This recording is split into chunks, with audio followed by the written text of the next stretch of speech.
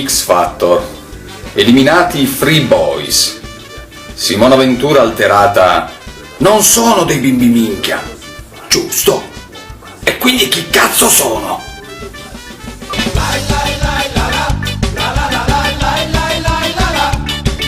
Federalberghi. 7 milioni di italiani in viaggio per il ponte di Ognissanti. Gli altri 53 milioni li stanno invocando.